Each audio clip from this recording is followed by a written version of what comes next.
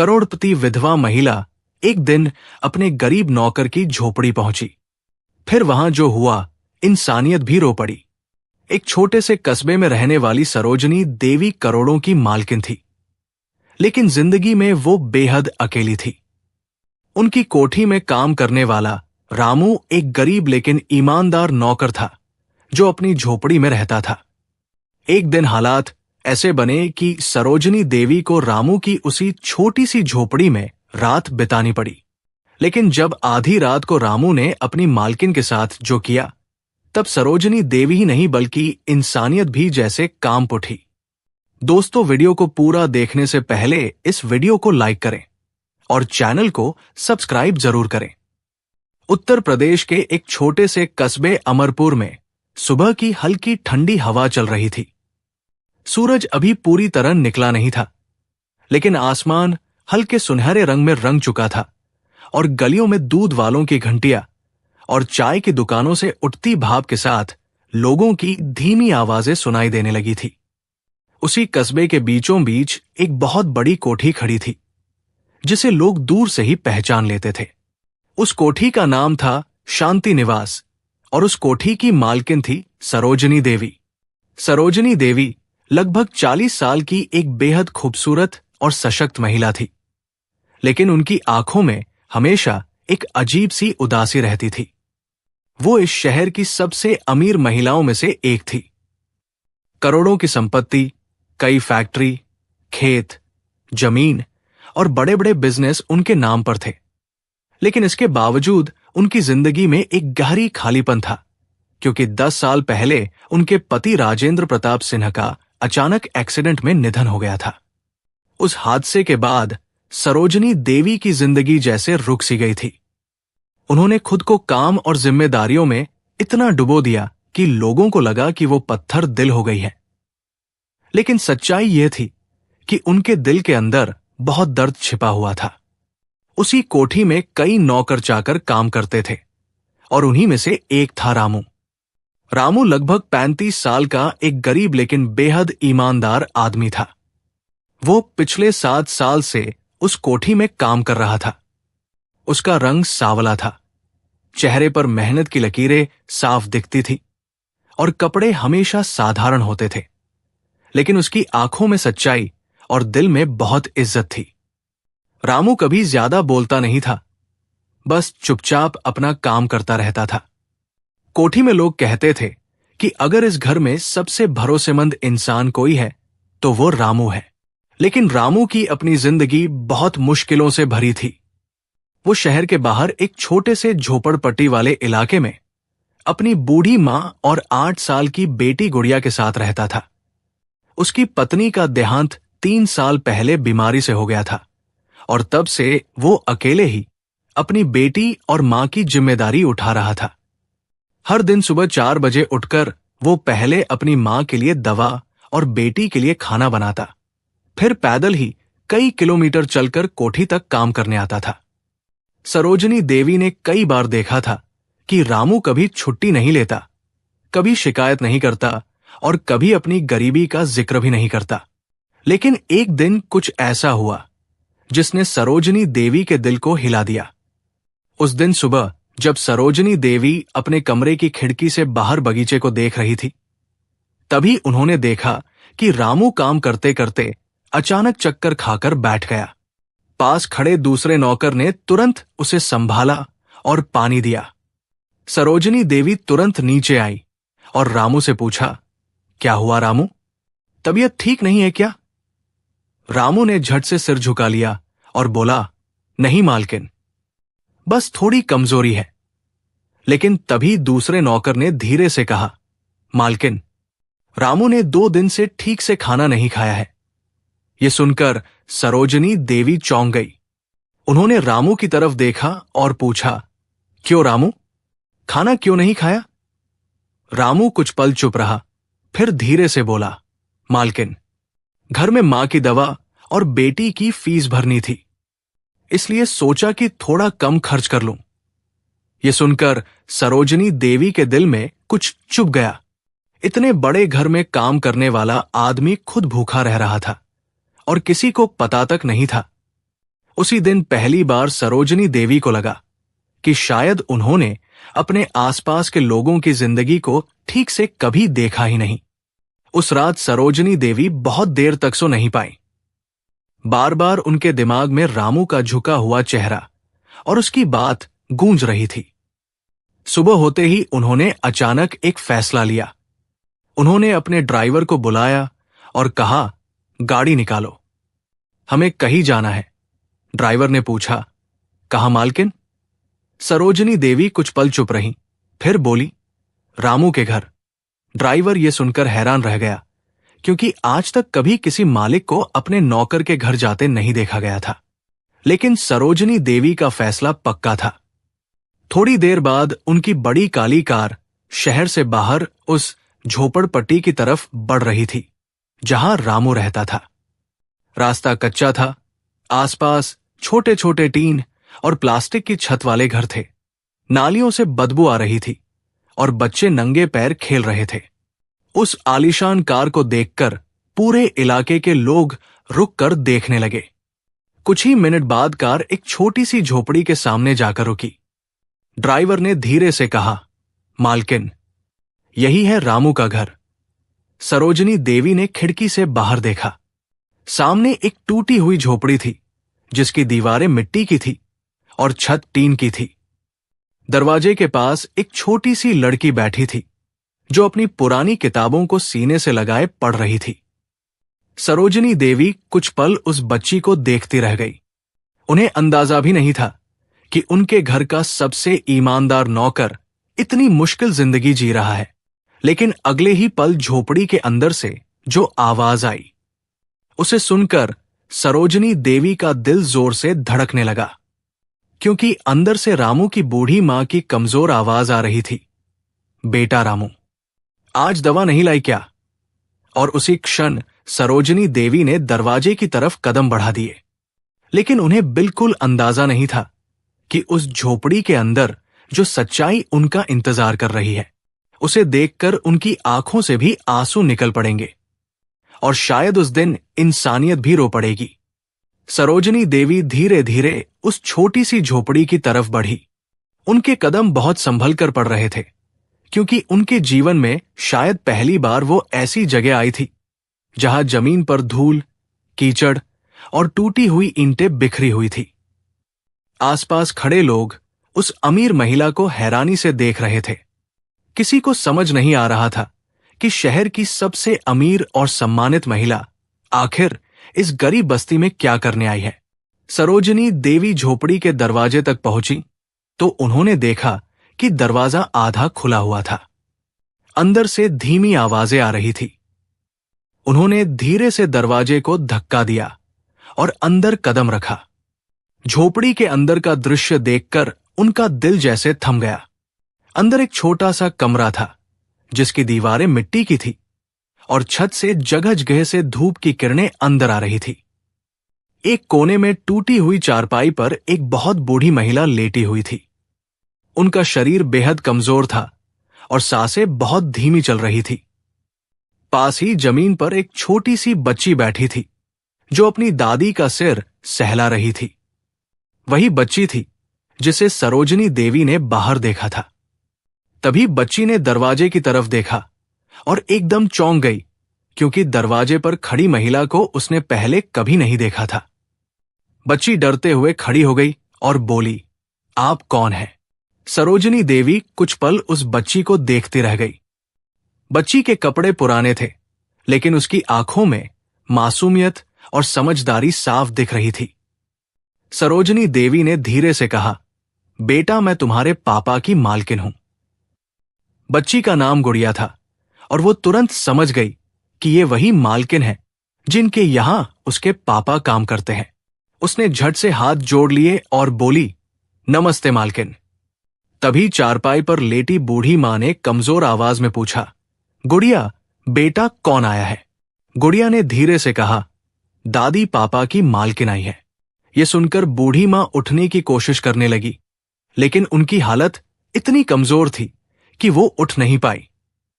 सरोजनी देवी तुरंत आगे बढ़ी और बोली, नहीं अम्मा, आप लेटी रहिए, आप उठने की कोशिश मत कीजिए। तभी सरोजनी देवी की नजर कमरे के चारों तरफ पड़ी और जो उन्होंने देखा उसे देखकर उनके दिल में दर्द की एक लहर दौड़ गई। उस झोपड़ी में एक छोटा सा चूल्हा था जिस पर एक खाली बर्तन रखा हुआ था। बगल में एक डिब्बा था जिसमें शायद आटा रखा जाता होगा, लेकिन वो भी लगभग खाली था। कमरे में एक पुरानी अलमारी थी जिसमें कुछ फटे कपड़े रखे थे। सरोजनी देवी को अचानक एहसास हुआ कि रामू सच में कितनी मुश्किल जिंदगी जी रहा है और उसने कभी इसका जिक्र तक नहीं किया। तभी गुड़िया धीरे से बोली, मालकिन पापा अभी काम पर गए हैं। उन्होंने कहा था कि शाम को जल्दी आएंगे क्योंकि आज दादी की दवा लानी है। ये सुनते ही सरोजनी देवी का दिल और भी भारी हो गया। उन्होंने धीरे से पूछा, बेटा तुम स्कूल जाती हो? गुड़िया ने सिर हिलाते हुए कहा, हाँ मालकिन जाती हूं, लेकिन पिछले महीने की फीस अभी बाकी है, इसलिए मास्टर जी ने कहा है कि अगर फीस नहीं दी तो नाम काट देंगे। ये सुनकर सरोजनी देवी की आंखों में आंसू आ गए, लेकिन उन्होंने खुद को संभाला। तभी अचानक बाहर से कुछ शोर सुनाई दिया। कोई आदमी जोर जोर से चिल्ला रहा था। सरोजनी देवी और गुड़िया दोनों ने दरवाजे की तरफ देखा। कुछ ही सेकंड बाद एक मोटा सा आदमी गुस्से में झोपड़ी के अंदर घुस आया। उसके हाथ में एक रजिस्टर था और चेहरे पर गुस्सा साफ दिखाई दे रहा था। वो आदमी इलाके का साहूकार था जिसका नाम था लाला बंसीधर। उसने आते ही गुस्से में कहा, रामू कहाँ है? गुड़िया डर गई और बोली, पापा काम पर गए हैं। लाला बंसीधर ने गुस्से से कहा, काम पर गया है तो क्या हुआ? मेरा कर्जा कब चुकाएगा? 3 महीने हो गए हैं। अब अगर पैसे नहीं मिले तो मैं ये झोपड़ी भी छीन लूंगा। ये सुनते ही बूढ़ी मां की आंखों में डर उतर आया और गुड़िया रोने लगी। तभी लाला बंसीधर की नजर सरोजनी देवी पर पड़ी। उसने उन्हें ऊपर से नीचे तक देखा और हैरानी से बोला, आप कौन हैं? सरोजनी देवी ने शांत आवाज में कहा, मैं रामू की मालकिन हूं। लाला बंसीधर थोड़ा हंसा और बोला, अच्छा तो आप वही बड़ी मालकिन हैं जिनके यहां रामू काम करता है। फिर उसने व्यंग्य से कहा, तो आप ही समझाइए अपने नौकर को कि मेरा कर्जा चुका दे, नहीं तो मैं इसकी झोपड़ी और सामान सब उठा ले जाऊंगा। सरोजनी देवी ने धीरे से पूछा, कितना कर्जा है? लाला बंसीधर ने तुरंत कहा, 50,000 रुपए। ये सुनकर सरोजनी देवी कुछ पल के लिए चुप हो गई, लेकिन उसी समय गुड़िया रोते हुए बोली, मालकिन पापा ने ये पैसे दादी के इलाज के लिए लिए थे। उन्होंने कहा था कि धीरे धीरे काम करके चुका देंगे। ये सुनते ही सरोजनी देवी का दिल भर आया। उन्होंने अपने पर्स से चेक बुक निकाली और बिना कुछ कहे 50,000 का चेक लिखकर लाला बंसीधर के हाथ में दे दिया। लाला बंसीधर एक पल के लिए हैरान रह गया। उसे उम्मीद नहीं थी कि कोई इतनी आसानी से पैसे दे देगा। उसने चेक लिया और जल्दी से वहां से निकल गया। झोपड़ी में एकदम सन्नाटा छा गया। गुड़िया की आंखों से आंसू बह रहे थे और बूढ़ी मां सरोजनी देवी को देख रही थी, जैसे उन्हें यकीन ही नहीं हो रहा हो कि कोई अमीर महिला उनकी इतनी मदद कर सकती है। लेकिन उसी समय झोपड़ी के दरवाजे पर एक परछाई दिखाई दी। दरवाजे पर खड़ा था रामू। उसके हाथ में एक छोटी सी दवा की पोटली थी और चेहरे पर थकान साफ दिखाई दे रही थी। जैसे ही उसकी नजर अंदर खड़ी सरोजनी देवी पर पड़ी, वो एकदम ठिठक गया। उसके चेहरे पर हैरानी, डर और सम्मान तीनों भाव एक साथ आ गए। वो तुरंत सिर झुकाकर बोला, मालकिन आप यहां। लेकिन अगले ही पल उसकी नजर उस खाली रजिस्टर पर पड़ी जो लाला बंसीधर छोड़ गया था और उसे समझते देर नहीं लगी कि यहां क्या हुआ होगा। रामू की आंखों में आंसू आ गए और वो घुटनों के बल बैठ गया। लेकिन सरोजनी देवी ने जो अगली बात कही उसे सुनकर रामू की पूरी दुनिया ही बदलने वाली थी, क्योंकि सरोजनी देवी ने शांत आवाज में कहा, रामू आज मैं यहां सिर्फ मदद करने नहीं आई हूं, बल्कि एक सच जानने आई हूं जो मुझे कई सालों से परेशान कर रहा है, और वो सच तुम्हारे पास है। रामू कुछ पल तक जमीन पर घुटनों के बल बैठा रहा। उसकी आंखों से आंसू लगातार गिर रहे थे और वो समझ नहीं पा रहा था कि उसकी मालकिन उसके छोटे से घर में आकर आखिर कौन सा सच पूछना चाहती है। गुड़िया अपने पिता के पास आकर खड़ी हो गई और उसका हाथ पकड़ लिया। बूढ़ी मां भी चारपाई पर आधी उठकर सरोजनी देवी को ध्यान से देख रही थी। झोपड़ी के अंदर एक अजीब सा सन्नाटा छा गया था। बाहर बस्ती में बच्चों की आवाजें और बर्तनों की खनक सुनाई दे रही थी, लेकिन उस छोटे से कमरे में जैसे समय रुक गया था। सरोजनी देवी ने धीरे से कहा, रामू उठो। रामू ने तुरंत सिर झुकाकर कहा, मालकिन, मैं आपकी बहुत बड़ी गलती का जिम्मेदार हूं, अगर आज आपको यहां तक आना पड़ा है तो। सरोजनी देवी ने कहा, मैं तुम्हें डांटने नहीं आई हूं रामू, मैं एक सवाल लेकर आई हूं जिसका जवाब मुझे 10 साल से नहीं मिला। यह सुनकर रामू ने धीरे से सिर उठाया। सरोजनी देवी की आंखों में दर्द साफ दिखाई दे रहा था। उन्होंने धीमी आवाज में कहा, रामू, तुम्हें याद है 10 साल पहले मेरे पति राजेंद्र प्रताप सिंह का एक्सीडेंट हुआ था। रामू का चेहरा अचानक बदल गया। उसकी आंखों में एक डर और बेचैनी उतर आई। उसने तुरंत नजरें झुका ली और कुछ नहीं बोला।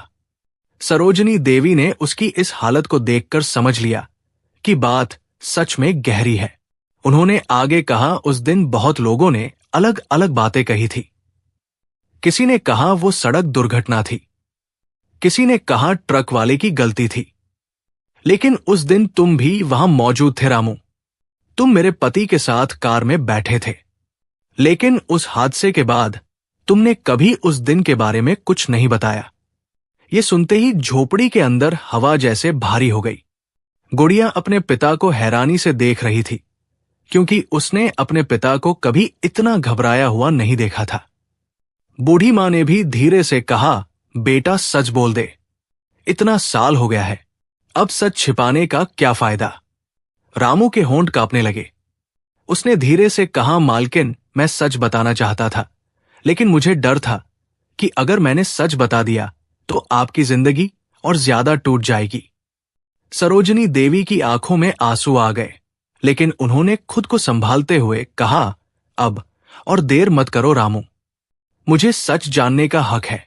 रामू ने गहरी सांस ली और बोला, उस दिन साहब मुझे अपने साथ शहर ले जा रहे थे। रास्ते में उन्होंने गाड़ी रोकी और कहा कि उन्हें किसी जरूरी आदमी से मिलना है। वो आदमी एक सुनसान जगह पर मिला था। मैं कार में ही बैठा था, लेकिन मैं देख रहा था कि दोनों के बीच बहस हो रही थी। तभी अचानक वो आदमी बहुत गुस्से में हो गया। उसने साहब को धक्का दिया और उनकी कार के सामने से एक तेज रफ्तार ट्रक आ गया। सब कुछ इतनी जल्दी हुआ कि मैं कुछ समझ ही नहीं पाया। ट्रक सीधे कार से टकरा गया। कार बुरी तरह टूट गई और साहब गंभीर रूप से घायल हो गए। मैं किसी तरह बाहर निकला और लोगों को मदद के लिए बुलाया, लेकिन तब तक बहुत देर हो चुकी थी। रामू की आवाज भर्रा गई थी। उसकी आंखों से आंसू लगातार गिर रहे थे। सरोजनी देवी की सांसें तेज हो गई। उन्होंने पूछा, वो आदमी कौन था रामू? रामू कुछ पल चुप रहा, फिर धीरे से बोला, मालकिन, वो आदमी कोई और नहीं बल्कि आपके पति का बिजनेस पार्टनर था। उसका नाम था विक्रम मल्होत्रा। ये नाम सुनते ही सरोजनी देवी के पैरों तले जमीन खिसक गई। विक्रम मल्होत्रा वही आदमी था जो आज भी उनके बिजनेस का बड़ा हिस्सा संभाल रहा था और जिस पर उन्होंने हमेशा भरोसा किया था। सरोजनी देवी का चेहरा पीला पड़ गया। उन्होंने धीरे से पूछा, रामू, तुमने ये बात मुझे पहले क्यों नहीं बताई? रामू ने सिर झुकाकर कहा, मालकिन, उस दिन हादसे के बाद विक्रम मल्होत्रा मेरे पास आया था। उसने मुझे धमकी दी थी कि अगर मैंने किसी को सच बताया तो वह मुझे और मेरे परिवार को खत्म कर देगा। उस समय मेरी पत्नी जिंदा थी और मेरी छोटी सी बेटी भी थी। मैं डर गया था मालकिन। मैंने सोचा कि अगर मैंने सच बोल दिया तो मेरे परिवार की जान चली जाएगी, इसलिए मैं चुप रहा। ये सुनते ही झोपड़ी के अंदर बैठे सभी लोगों की आंखें नम हो गई। सरोजनी देवी कुछ देर तक बिल्कुल शांत खड़ी रही। उनके दिमाग में पिछले 10 साल की हर बात घूमने लगी। उन्हें याद आया कि कैसे विक्रम मल्होत्रा ने हमेशा उनके सामने खुद को सबसे बड़ा मददगार दिखाया था। कैसे उसने बिजनेस के कई फैसले अपने हाथ में ले लिए थे। धीरे धीरे सरोजनी देवी को समझ आने लगा कि शायद वो आदमी शुरू से ही धोखा दे रहा था। उसी समय गुड़िया ने धीरे से कहा, पापा, आपने सच क्यों छिपाया? रामू ने अपनी बेटी को सीने से लगा लिया और बोला, बेटा, कभी कभी इंसान डर के कारण गलत फैसला ले लेता है, लेकिन सच हमेशा दिल में बोझ बनकर रहता है। सरोजनी देवी ने धीरे से कहा, रामू, तुमने जो किया वो डर की वजह से किया, लेकिन आज तुमने सच बता दिया। यही सबसे बड़ी बात है। लेकिन अब ये सच यही नहीं रुकेगा। अब इस सच्चाई को दुनिया के सामने आना होगा। रामू ने घबराकर कहा, मालकिन, अगर विक्रम मल्होत्रा को पता चल गया कि मैंने सच बता दिया है तो वो हमें मार डालेगा। सरोजनी देवी की आंखों में अचानक एक अजीब सा आत्मविश्वास आ गया। उन्होंने दृढ़ आवाज में कहा, अब तुम्हें डरने की जरूरत नहीं है रामू, अब ये लड़ाई मैं लड़ूंगी। लेकिन उसी समय झोपड़ी के बाहर अचानक एक गाड़ी आकर रुकी और भारी कदमों की आवाज दरवाजे की तरफ बढ़ने लगी। अगले ही पल झोपड़ी का दरवाजा जोर से खुला और सामने खड़ा था वही आदमी जिसका नाम सुनकर अभी कुछ देर पहले सरोजनी देवी की दुनिया हिल गई थी। दरवाजे पर खड़ा था विक्रम मल्होत्रा और उसके चेहरे पर एक खतरनाक मुस्कान थी। उसने अंदर आते ही कहा, लगता है आज यहां बहुत बड़े राज खुल रहे हैं। झोपड़ी का दरवाजा तेज आवाज के साथ खुला और सामने खड़ा विक्रम मल्होत्रा अंदर आते ही कमरे में मौजूद हर चेहरे को गौर से देखने लगा। उसके चेहरे पर एक हल्की सी मुस्कान थी, लेकिन उस मुस्कान में अहंकार और खतरा साफ दिखाई दे रहा था। उसने अंदर कदम रखा और अपने महंगे जूते से झोपड़ी की मिट्टी को देखते हुए व्यंग्य से कहा, वाह सरोजनी जी, मुझे उम्मीद नहीं थी कि आप जैसी करोड़पति महिला कभी इस गंदी बस्ती में भी आएंगी। सरोजनी देवी ने उसकी तरफ सीधी नजरों से देखा और शांत लेकिन कड़े स्वर में बोली, विक्रम, तुम यहां क्या करने आए हो? विक्रम हल्का सा हंसा और बोला, मैं भी यही सवाल आपसे पूछ सकता हूं, लेकिन असली बात तो यह है कि मुझे खबर मिल गई थी कि आप अपने नौकर रामू के घर आई हैं, इसलिए सोचा कि मैं भी देख लूं आखिर यहां ऐसा क्या हो रहा है। ये कहते हुए उसकी नजर रामू पर गई और उसकी आंखों में एक ठंडी चमक उभर आई। रामू का चेहरा डर से पीला पड़ गया, लेकिन इस बार सरोजनी देवी उसके सामने ढाल बनकर खड़ी हो गई। उन्होंने दृढ़ आवाज में कहा, विक्रम, अब डराने की जरूरत नहीं है, क्योंकि सच सामने आ चुका है। ये सुनते ही विक्रम कुछ पल के लिए रुक गया, लेकिन अगले ही क्षण वो जोर से हंसने लगा, जैसे उसे इस बात से कोई फर्क ही नहीं पड़ा हो। उसने कहा, सच सरोजनी जी, दुनिया में सच से ज्यादा ताकतवर चीज पैसा और ताकत होती है, और वह दोनों मेरे पास है। झोपड़ी के अंदर मौजूद गुड़िया अपनी दादी के पास सिमट गई थी और डर से सब कुछ देख रही थी।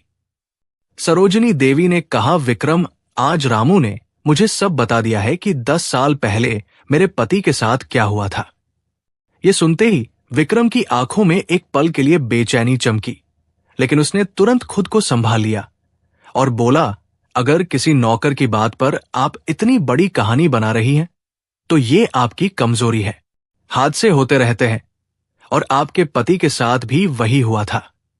सरोजनी देवी ने एक कदम आगे बढ़ते हुए कहा, नहीं विक्रम, वो हादसा नहीं था, बल्कि एक साजिश थी, और उस साजिश के पीछे तुम थे।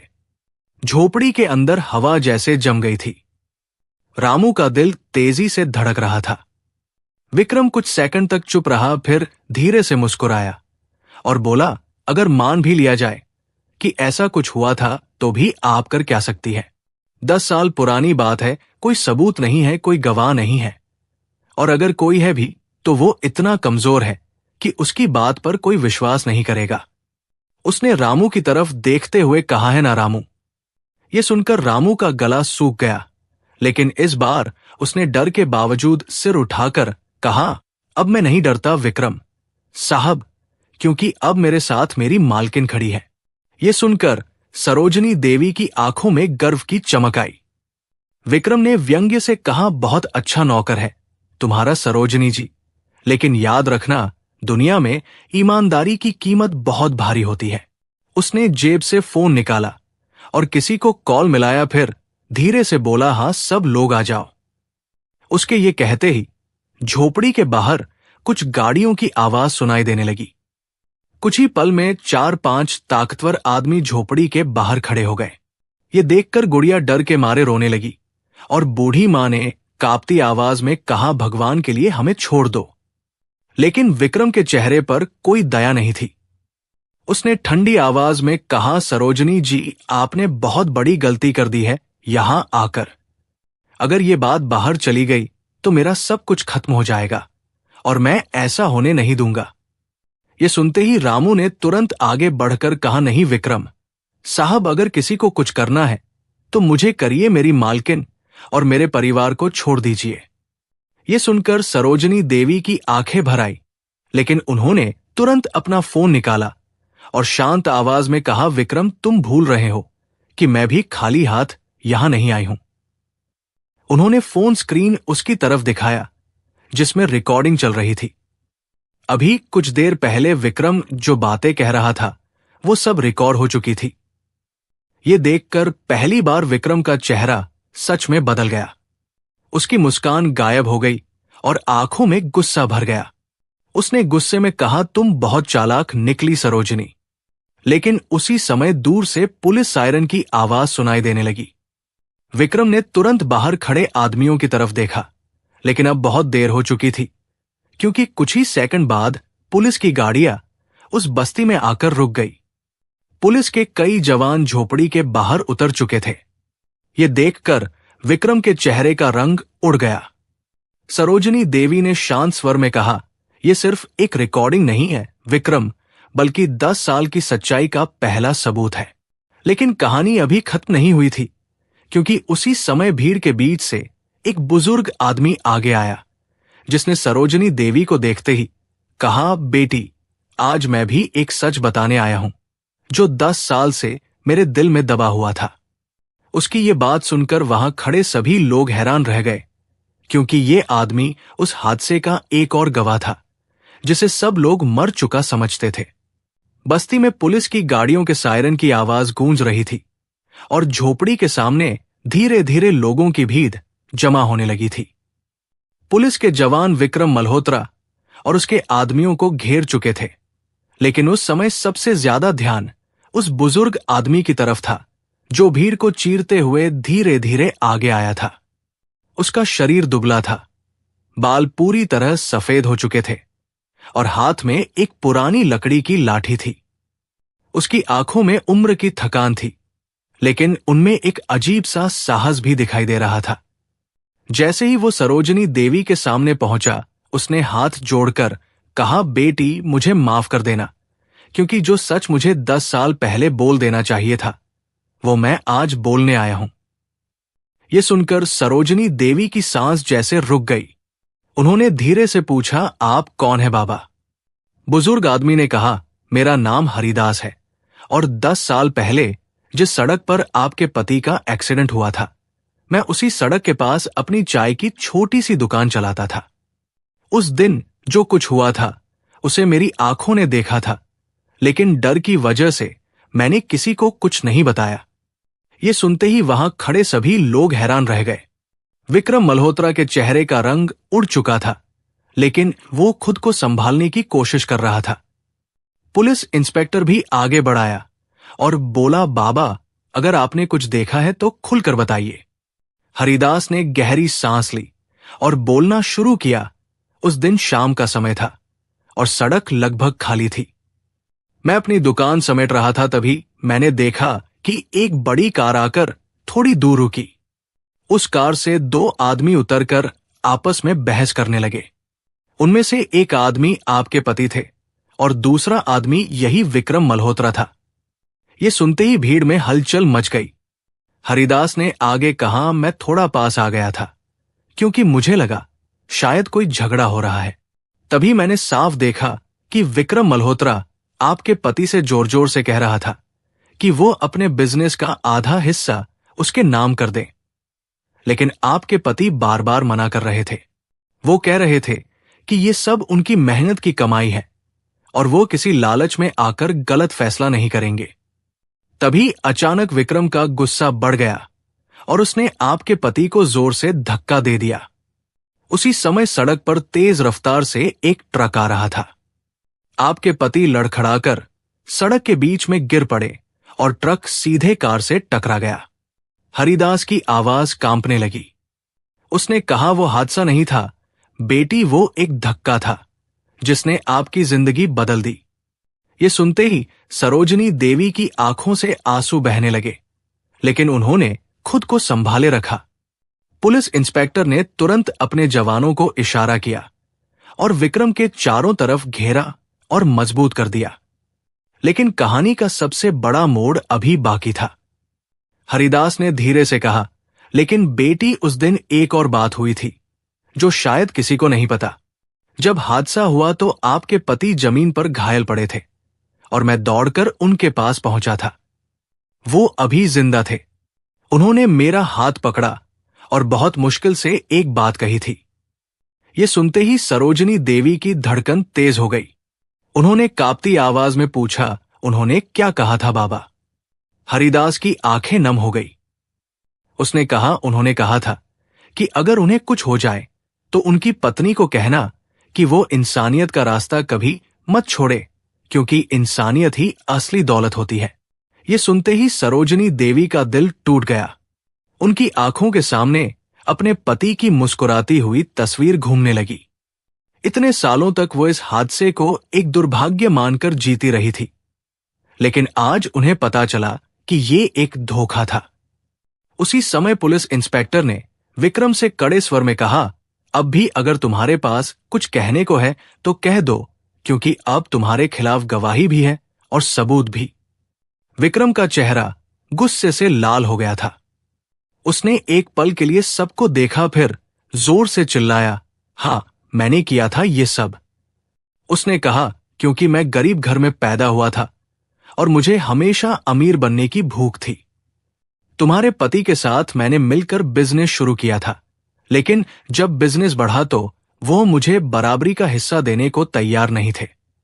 इसलिए मैंने फैसला किया कि अगर वो रास्ते से हट जाएंगे तो सारी संपत्ति मेरे हाथ में आ जाएगी।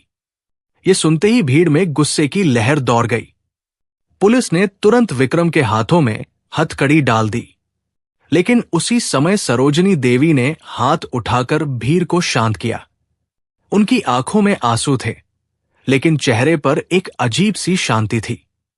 उन्होंने धीरे से कहा, आज मुझे समझ आया कि इंसानियत की असली कीमत क्या होती है।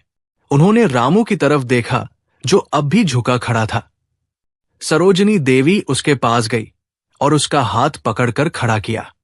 उन्होंने कहा, रामू, तुमने डर के बावजूद सच बोलने की हिम्मत दिखाई और यही सबसे बड़ी इंसानियत है। फिर उन्होंने गुड़िया को अपने पास बुलाया और उसके सिर पर हाथ रखकर कहा, आज से तुम सिर्फ रामू की बेटी नहीं बल्कि मेरी बेटी भी हो। ये सुनते ही गुड़िया रो पड़ी और सरोजनी देवी से लिपट गई। बस्ती में खड़े लोगों की आंखें भी नम हो गई, क्योंकि उन्होंने पहली बार देखा था कि एक करोड़पति महिला अपने नौकर के परिवार को गले लगा रही है। लेकिन सरोजनी देवी ने यही बात खत्म नहीं की। उन्होंने पुलिस इंस्पेक्टर से कहा कि विक्रम को कानून के हवाले कर दिया जाए और फिर बस्ती के लोगों की तरफ मुड़कर बोली, आज से इस इलाके में कोई भी भूखा नहीं सोएगा, क्योंकि मैं यहां एक स्कूल और एक छोटा अस्पताल बनवाऊंगी। ये सुनते ही लोगों की आंखों में खुशी के आंसू आ गए। रामू की बूढ़ी मां ने कांपते हाथों से सरोजनी देवी का हाथ पकड़ लिया और बोली, बेटी, आज तूने हमें गरीब नहीं रहने दिया बल्कि हमें इज्जत दे दी। उस दिन उस छोटी सी झोपड़ी में जो हुआ उसने सच में इंसानियत को रुला दिया, क्योंकि वहां मौजूद हर इंसान की आंखों में आंसू थे, लेकिन उन आंसुओं में दुख नहीं बल्कि सच्चाई और करुणा की चमक थी। उस दिन अमरपुर की उस बस्ती में लोगों ने पहली बार देखा कि असली अमीरी पैसे से नहीं बल्कि दिल से होती है, और शायद इसी वजह से उस दिन इंसानियत भी रो पड़ी थी। उस दिन की घटना के बाद अमरपुर कस्बे की हवा जैसे बदल गई थी। जिस बस्ती में कभी लोग गरीबी और मजबूरी की कहानियां सुनते थे, उसी बस्ती में अब इंसानियत की मिसाल की चर्चा होने लगी थी। विक्रम मल्होत्रा को पुलिस उसी दिन गिरफ्तार करके ले गई थी और उसके खिलाफ हत्या की साजिश, धोखाधड़ी और कई अन्य आरोपों में केस दर्ज हो गया था। पूरे शहर में यह खबर आग की तरह फैल गई कि 10 साल पहले हुआ हादसा दरअसल एक साजिश थी और उस सच्चाई को सामने लाने में एक गरीब नौकर और उसकी बूढ़ी मां की गवाही ने सबसे बड़ी भूमिका निभाई थी। लेकिन इन सब घटनाओं के बीच सरोजनी देवी के दिल में जो सबसे बड़ा बदलाव आया था, वो ये था कि उन्होंने पहली बार अपने आसपास के लोगों की जिंदगी को सच में महसूस किया था। अगले ही दिन सुबह जब सूरज की हल्की किरणें अमरपुर के आसमान में फैल रही थी, सरोजनी देवी फिर उसी बस्ती की तरफ जा रही थी। इस बार उनकी कार के पीछे कई और गाड़ियां थी, जिनमें इंजीनियर, अधिकारी और कुछ समाजसेवी लोग बैठे हुए थे। जब कार बस्ती के सामने रुकी तो लोगों ने देखा कि सरोजनी देवी इस बार सिर्फ मिलने नहीं बल्कि कुछ बड़ा करने आई है। उन्होंने सबसे पहले रामू की झोपड़ी के सामने खड़े होकर पूरे इलाके को ध्यान से देखा। मिट्टी की टूटी दीवारें, टीन की जंग लगी छतें, गंदी नालियां और धूल में खेलते बच्चे उस जगह की सच्चाई बयान कर रहे थे। सरोजनी देवी ने धीरे से कहा, यहां बहुत कुछ बदलने की जरूरत है और आज से ये बदलाव शुरू होगा।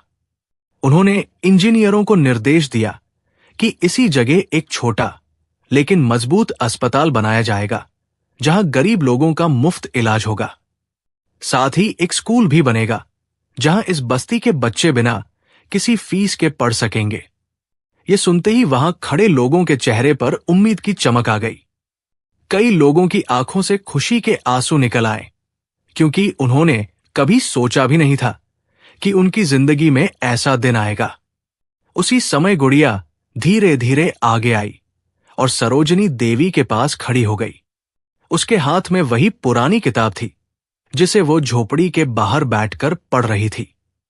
सरोजनी देवी ने मुस्कुराकर उसके सिर पर हाथ रखा और कहा, बेटा, अब तुम्हें किसी फीस की चिंता नहीं करनी पड़ेगी।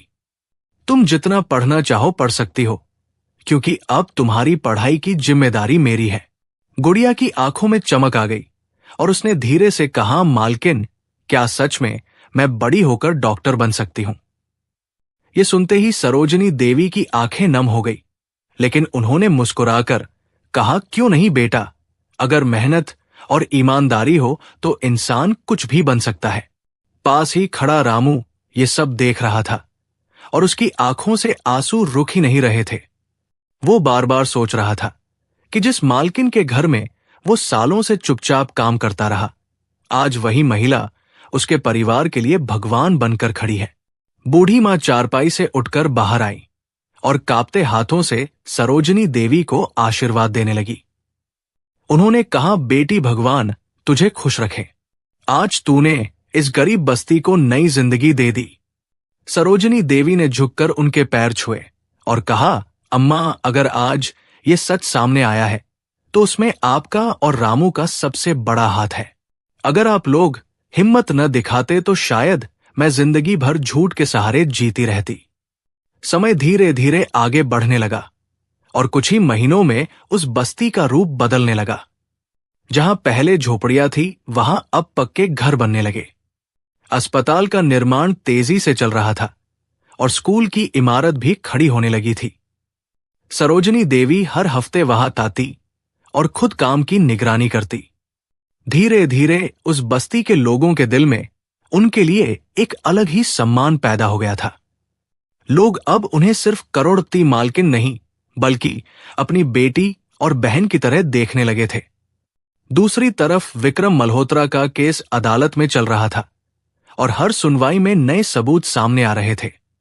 रामू और हरिदास की गवाही इतनी मजबूत थी कि आखिरकार अदालत ने विक्रम को दोषी करार दे दिया। उसे उम्र कैद की सजा सुनाई गई। जब यह फैसला आया तो सरोजनी देवी अदालत के बाहर खड़ी थी। उनकी आंखों में आंसू थे, लेकिन इस बार उन आंसुओं में दुख नहीं बल्कि न्याय मिलने की संतुष्टि थी। उन्होंने आसमान की तरफ देखा और धीरे से कहा, राजेंद्र, आज तुम्हें इंसाफ मिल गया। कुछ साल बाद अमरपुर की वही बस्ती अब एक छोटे से आधुनिक इलाके में बदल चुकी थी।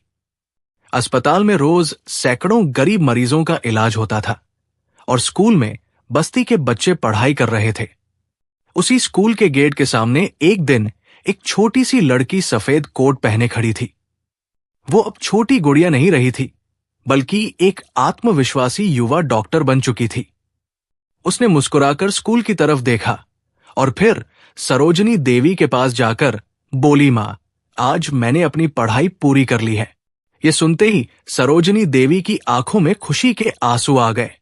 उन्होंने उसे गले लगा लिया और कहा, बेटा, आज तुम्हारे पापा अगर होते तो बहुत खुश होते। पास ही खड़ा रामू ये सब देख रहा था और उसके चेहरे पर गर्व साफ दिखाई दे रहा था। उसे अब एहसास हो रहा था कि जिंदगी ने भले ही उसे गरीबी दी थी, लेकिन ईमानदारी ने उसे सबसे बड़ी दौलत दे दी थी।